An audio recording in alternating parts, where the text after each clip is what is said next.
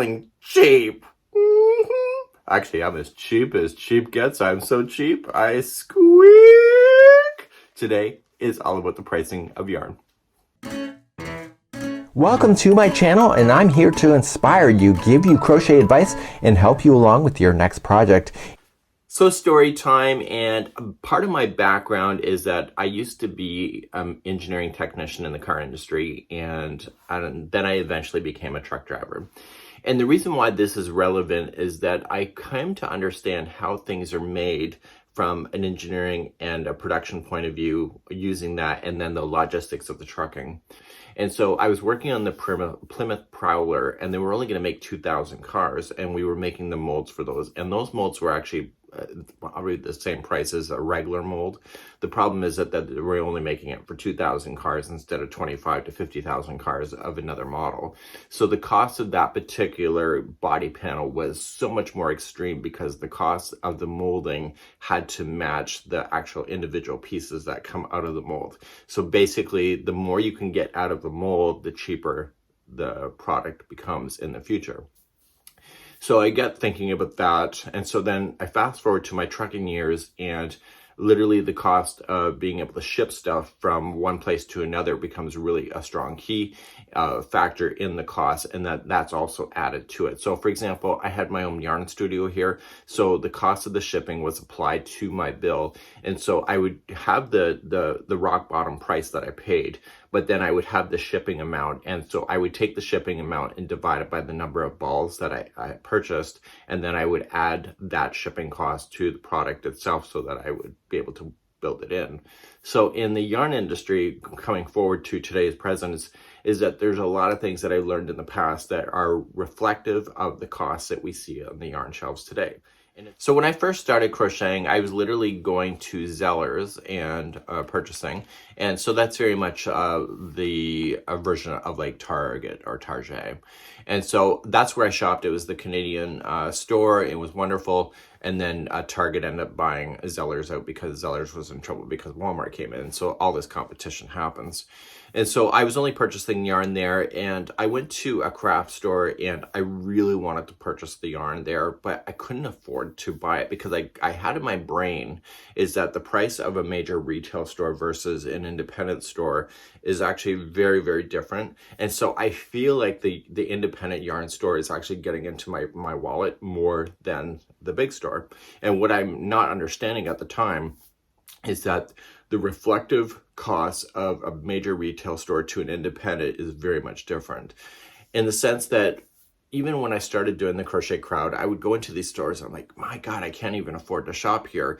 You know, I feel like I'm being ripped off in the sense of the cost, but I don't even understand that behind the scenes, it's a completely different monster versus an independent yarn shop and versus a mainstream retailer. But they both have something in common. They both want your business, and they're both trying to survive in the retail market. So in the yarn industry, 50% of us like the independent yarn stores, and the other 50% like the big box retailer. And because we have that perception, we feel that, like, I'm very much of a budget shopper. The cheaper the better for me. However, when a project is really something that I really want to cherish, I will literally jump myself out of a mainstream retailer and go to an independent to be able to crochet something special for myself. I find, based on watching the YouTube comments and Facebook, is that people tend to have a price tag on their friendships, so and their family. So they want to make something for their friends or family, but they don't really want to spend this X amount on that. They want to spend this amount. And because of that, there's a different kind of retail consumer when it comes to the yarn.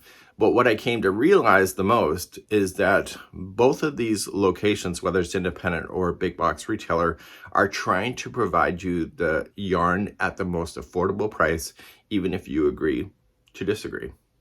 Now, in the world of make-believe, we want to believe that all yarn is free, and we want to believe that all yarn is as cheap as possible to be provided to you. But I have to tell you, and behind the scenes, is that anybody that makes yarn has the first goal in mind: keep the price affordable. And so what they'll do is they'll make a decision. Yes, they can make this yarn here, but it's going to cost this much. Is making this yarn worth it if it's going to cost this amount of money? Or can they change this product in a way to bring down the cost so that it can be more in line with the budget? Now, I used to do the craft show circuit, and I used to purchase yarn in bulk at wholesale prices.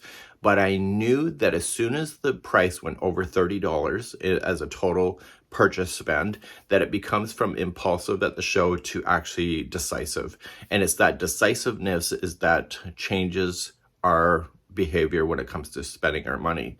So in the mainstream market of yarn and it being sold is that there is that cost price of when the yarn hits that threshold where it becomes from impulsive to actually decisive, and there is a strong relationship to that. But what else are we forgetting though? We're forgetting about the fuel costs of being able to ship the product. We're forgetting about the people that actually make the yarn, of the employees and the staffing and the storage and the purchasing of raw materials. So all of that has to go into a factor when yarn is made. And so whether they can make the yarn at X amount or whether they can make yarn at another amount is the question. But in behind the scenes, did you know that Caron Cakes was never meant to be the product that it was? So here's Caron Cakes, and this is not the original that it was intended to be. So the original of Caron Cakes was supposed to be 80% wool, 20% acrylic. And because they did that, it would require a lot more wool. So wool is a lot more expensive to be able to process versus acrylic, because acrylic is man-made, wool is clearly not. So when they decided to do this, they were thinking about this, and it was going to be roughly around $20 a ball to be able to make this, to be able to sell it to you. And they realized there's that decision of impulse versus decisive, and that product would hit in the decisive area. And then you also have the backlash of putting wool into a product that people will complain about that. So what they did is they adjusted the formula to make it 20% wool and then 80% acrylic, which then brought down the cost of the wool to bring this product to you, which is the price that you see on the shelves today. So when they're thinking about making yarn in behind the scenes, they're really kind of thinking about the price point, how it's made, and then basically the final price. Now, the final price that you see on the shelves is determined by the retailer itself. So they have a suggested price, and then they have the retail price. So some retailers, they like to add it so you can buy your milk and your butter and then a ball of yarn. And then others is like a craft show where basically it's just craft. So the cost between the two retailers like that could be very different because of the consumer itself on their shopping patterns when they're inside the store. So it's really kind of an interesting monster in behind the scenes. But what else is there to think about? So at the beginning, I told you about the car making process of making a mold for 2,000 cars versus a 25 to 50,000 pieces for a car. So the cost of obviously the 2,000 pieces is going to be a lot more higher because there's less parts coming out of that particular mold. In yarn, it's the same way. And in yarn, what happens is that there's a volume that is applied to this. So for example, say I want this color of Caron 1 pound here, and there's an order for like a certain amount. The more that is ordered, the cheaper that it can usually get because it's being made as a big batch instead of just little pieces. So in the independent yarn shops that you see, a lot of that yarn is not made to the volume of what you see in a major retail store, because the major retail stores know how to cycle through yarn pretty quickly. And so the volume to be able to do something like this versus an independent shop is different. And also the materials that they're using inside the products are very much reliant on the price as well. So when I think about the independent yarn shops versus the mainstream retailer, people like to compare apples to apples on that, when actually they're apples and oranges in such a large diversity way that you can't even compare. People are going to, because that's what they do. But the reality is when you go through an independent yarn shop and you see their yarns, it's really very much of a different experience. And again, it comes down to how much are you wanting to pay for the project that you're making. Another thing that absolutely drives me up the wall is that people will complain about how soft a yarn is. And sometimes it's valid, and sometimes there's like, yeah, that's pretty raw stuff. And you're like, So there's that whole wish that people put out, and for example, I'm just going to lay it out there. So Red Heart Super Saver, it's kind of rough. We kind of all agree with that, but a lot of people use that yarn, and a lot of people use that yarn without complaint. And that's because the yarn is being made at a price point to match the consumer's wishes. Now, some consumers wish that it was softer, and that's the nice thing about it, is that there's Red Heart with love. So instead of actually changing the whole brand to be softer and to be what people's wishes are, they create another offshoot brand like the Red Heart with Love that is made with a premium yarn with premium colors and etc. in order to get that. So sometimes our wish list for one brand that we really want them to do, but we're not factoring in that sometimes our wish list comes with a checklist. And when I was thinking about running the crochet cruises that we did, people on the first cruise wish that we had done this and this and this and this. And then the second year, they wish we had done this and this. And the cost to be able to produce the event actually skyrocketed as a result of people wishing stuff. And then it gets to the point where, you know, you're really costing too much money to produce an event, but we're trying to do the wish list. So it's one of those items that in yarn and in making in process that when you wish stuff, sometimes we wish things, but we don't realize that the wishes come with the cost. And, you know, the fairy godmother's wand, she can wish it all she wants, but then there's going to be a price tag associated to it. So based on my own experience and understanding behind the scenes of making product as well as in the yarn industry, whether it's an independent or a big box retailer, it's impossible in the yarn industry to make a yarn that everyone loves.